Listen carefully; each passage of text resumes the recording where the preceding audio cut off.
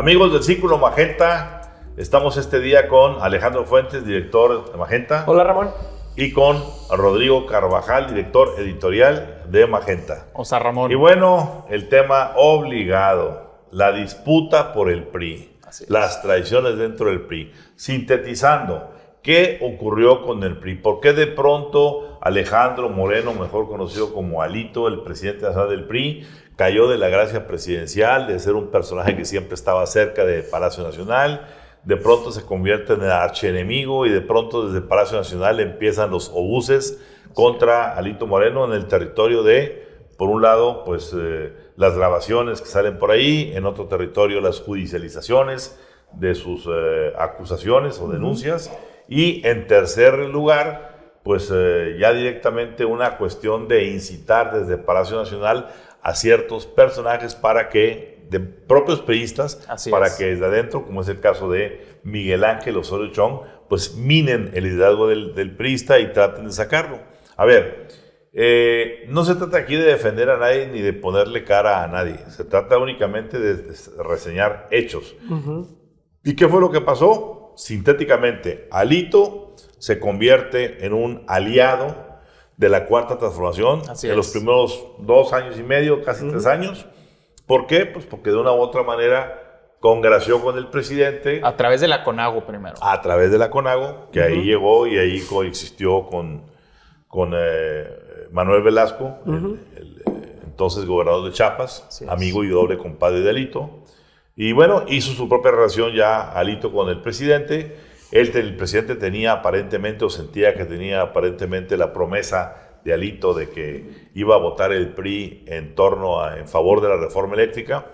Y bueno, hubo un quiebre, como dijimos, que fue la reunión de Alito y un grupo de priistas con el embajador Ken Salazar y una posterior conversación de Alito con John Kerry, lo que terminó por hacer que, pues de una u otra forma, el líder del PRI y los priistas en general tomaran valor y cuerpo para sumarse a la alianza opositora y frenar la reforma eléctrica del presidente. Eso, por supuesto, se interpretó como una traición y a partir de ahí, pues empezaron los ires y venires. Primero, pues con la amenaza de que le iban a hacer algo. Las filtraciones. Él quiso protegerse y se blindó soltando la famosa grabación entre Manuel Velasco, su compadre, y él, donde el señor secretario de Gobernación de Bucareli, pues manda a decir que o coopera o cuello, básicamente.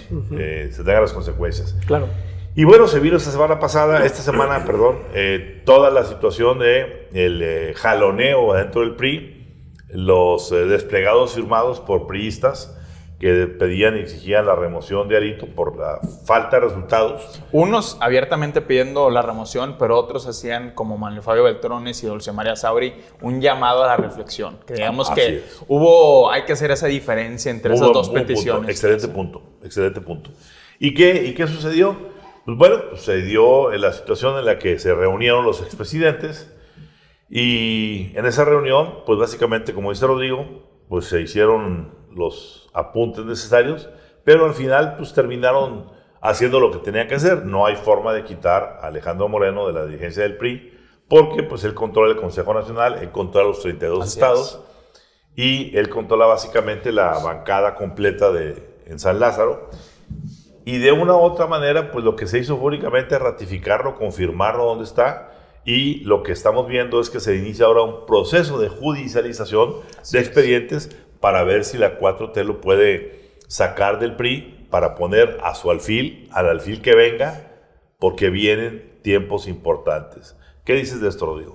A ver, lo que pasó en el cónclave del PRI fue el reconocimiento de dos realidades políticas. Una es la que ya mencionas, que Alejandro Moreno tiene el control absoluto de la estructura del CEN. Tiene absoluto control de la estructura del partido, de quién quita y quién pone a los dirigentes nacionales, y sus rivales no pudieron hacer nada al respecto en ese sentido.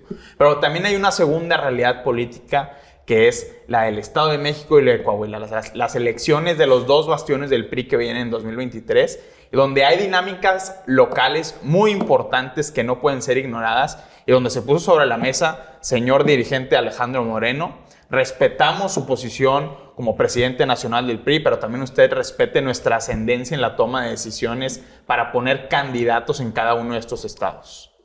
Particularmente, hay que decirlo, que el conflicto que estás mencionando tiene que ver con que, como son 2 gobernaturas, y dada la equidad de género, la paridad de género, Sí. pues tendría que ser un candidato masculino y uno femenino. Así es. Hasta el día de hoy, el candidato masculino priista estaba puesto en Coahuila, o está puesto en Coahuila. Claro. Que es con Manolo Jiménez. Manolo Jiménez. Así es. Y básicamente se estaba buscando una candidata femenina para el Estado de México. Ya sea Ana Lilia Herrera o Alejandra del Moral. Así es. Pero hoy mandó una señal el mismo día del cónclave priista, el gobernador Alfredo del Mazo, diciendo: señores, Ernesto Nemer, su brazo derecho en el gobierno, el secretario de gobierno del Estado de México, sale y entra esta persona de apellido Puente, que ya había participado en el gobierno de Enrique Peña Nieto federal. ¿Con quién? ¿Quién era su jefe? Bajo la administración de Miguel Ángel Osorio Chong, entonces secretario de Gobernación.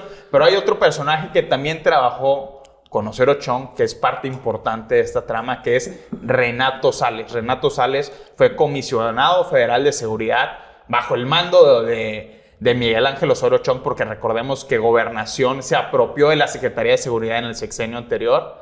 Y ahora Renato Sales despacha como fiscal. Despacha como el fiscal que está llevando a cabo esta judicialización que menciona Ramón. Y que tiene que ver con las grabaciones que tiene que ver con las grabaciones y que es la principal arma apuntada en contra de Alito.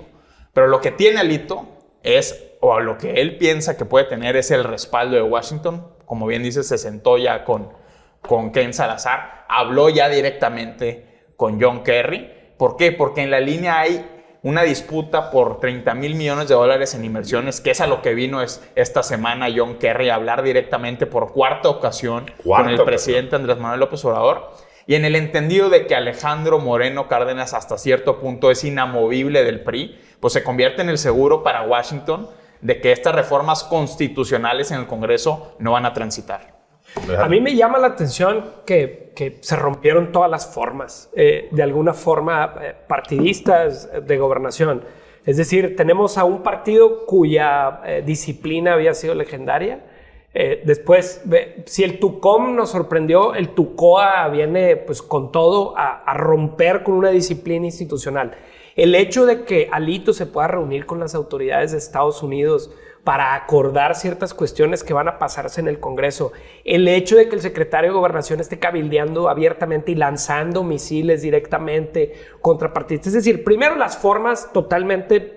y agrégale, Alex, el hecho de que un personaje como Miguel Ángel Osorio Chong, que es extremadamente vulnerable por todos los expedientes que le tiene el gobierno de la 4T, que se había mantenido alejado, se convierta en el ariete para traicionar adentro del partido y tratar de meter un caballo de Troya en otro personaje como Carolina Villano. Así, pero creo que quien se está divirtiendo más es el presidente, ¿no? El presidente se da hasta tiempo de jugar, defender a Alito, ¿sí? Lo hizo en la mañanera, ¿no? Lo hizo en la misma mañanera. ¿Qué dijo? Y lo hemos dicho. Alito aguanta, el pueblo se levanta. Así es. Entonces, aquí lo que me llama mucho la atención es que, y lo hemos dicho en esta mesa, el presidente con su estrategia de dividir a la oposición va caminando en ese sentido. Ese es el punto central. Y yo veo dos cosas. Los partidos se están partiendo la madre.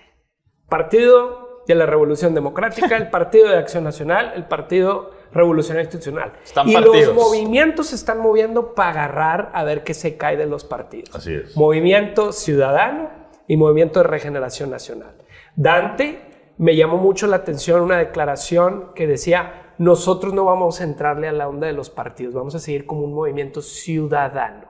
Es decir, el fin de los partidos como se conocían en el país lo estamos viendo, el resquebrajamiento de esa estructura, el colapso, incluso desde el nombre. Claro. Que tenemos ahorita dos: el partido que más creció, que es Movimiento Ciudadano, y el Movimiento de Regeneración Nacional, que está provocando esa ruptura adentro de los partidos y está recogiendo. Y la primera, que creo que lo vamos a platicar, la ruptura más importante viene del lado de Monreal. Claro. ¿No? Pero a ver, a mí me llama la atención algo, lo a veces cínico que son las cosas de los personajes que están presentados, porque básicamente a Alejandro Moreno Cárdenas pues le estaba recriminando el que hubiese perdido, solamente hubiera ganado Durango y hubiese perdido Hidalgo y Oaxaca. Así es. Hidalgo es Osorio Chong, no es Alito. Claro. Así es. Y Osorio se empecinó en meter a Carolina Villano, a una personaje impresentable desde tiempos remotos. Trabajó para Osorio Chong, se casó con Rubén Moreira, se fue a Coahuila, regresó de manera Y sorprendió a todos súbita. que fuera candidato, ¿no? Sorprendió porque no era la... Pero llevaba el aval básicamente de Osorio Chong. Sí.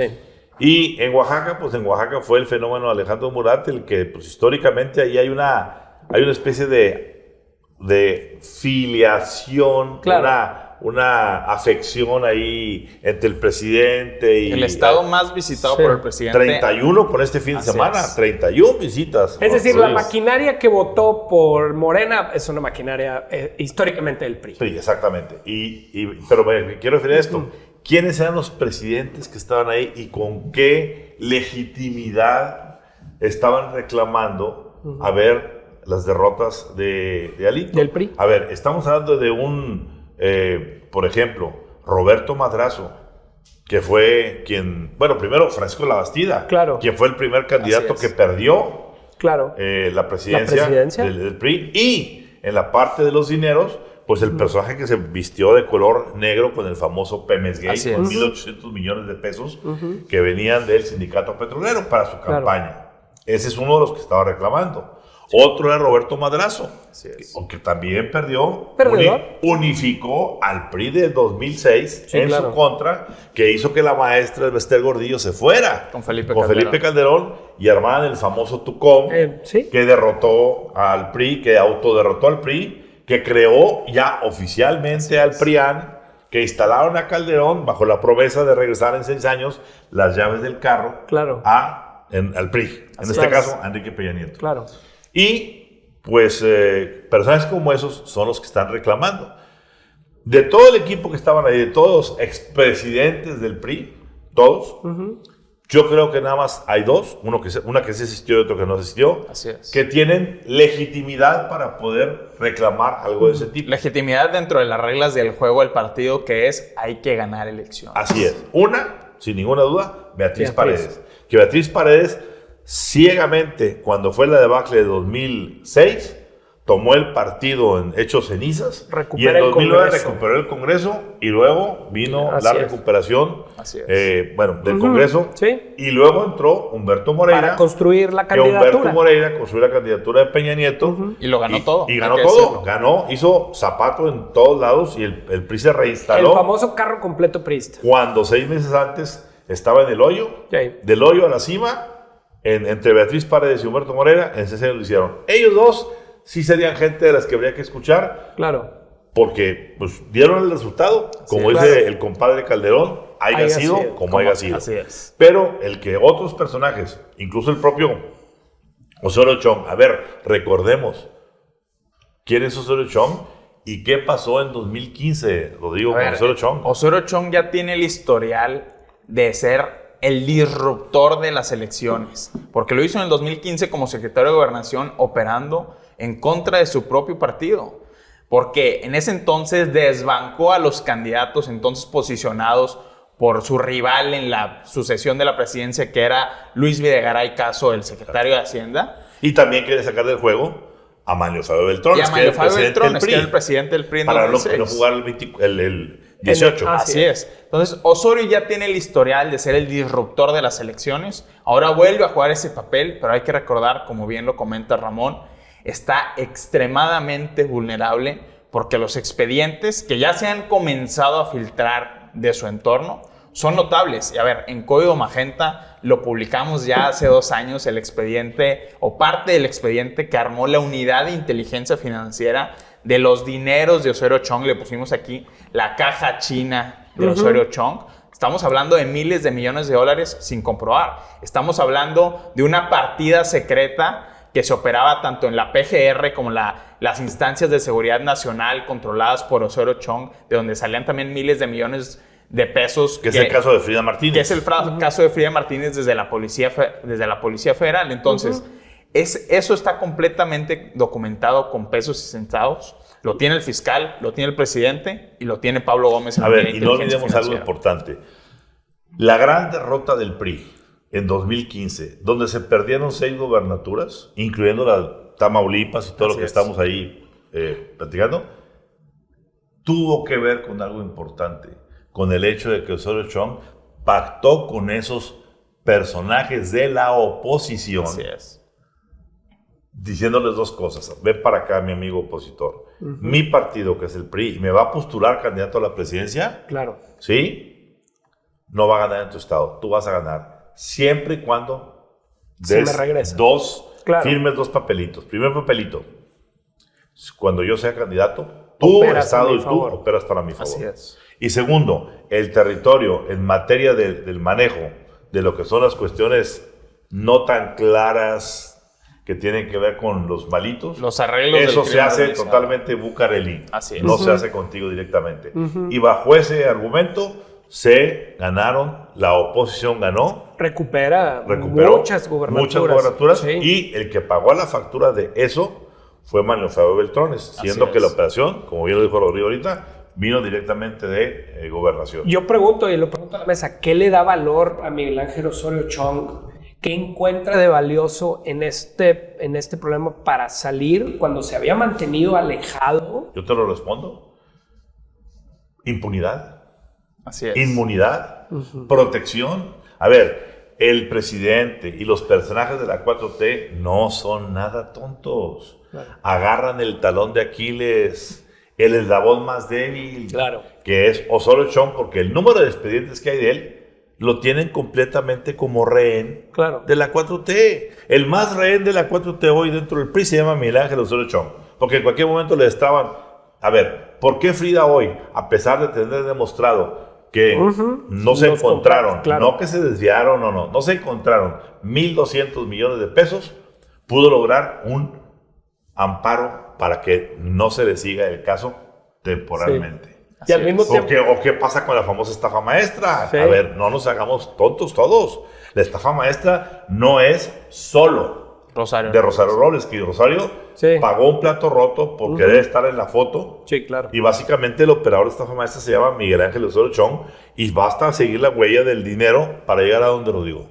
Bueno, a la Universidad de Hidalgo. Exactamente, la Universidad de Hidalgo, que le congelaron las cuentas otra vez desde la Unidad de Inteligencia Financiera. A la Sosa Nostra. A la Sosa Nostra. Entonces, para usar... Algo que creo que es sintomático, es decir, a ver, ¿quiénes están disputando el PRI? Alejandro Moreno, quien ahora está respaldado por Washington, y Miguel Ángel Osorio Chong, quien en el sexenio anterior, desde el Departamento de Estado de Estados Unidos, se emitieron sendas alertas sobre la operación de Bucareli en temas de seguridad nacional. Y las pruebas son, en el caso de Chong, en el caso de Frida, no hay ninguna explicación sobre lo que pasó, y al mismo tiempo a Alito se le hace una inspección ocular fuera de sus propiedades, al mismo tiempo que se está negociando todo esto. Se hicieron dos preguntas en ese entonces sobre la gestión de Miguel Ángel Osorio Chong como el encargado de la seguridad nacional.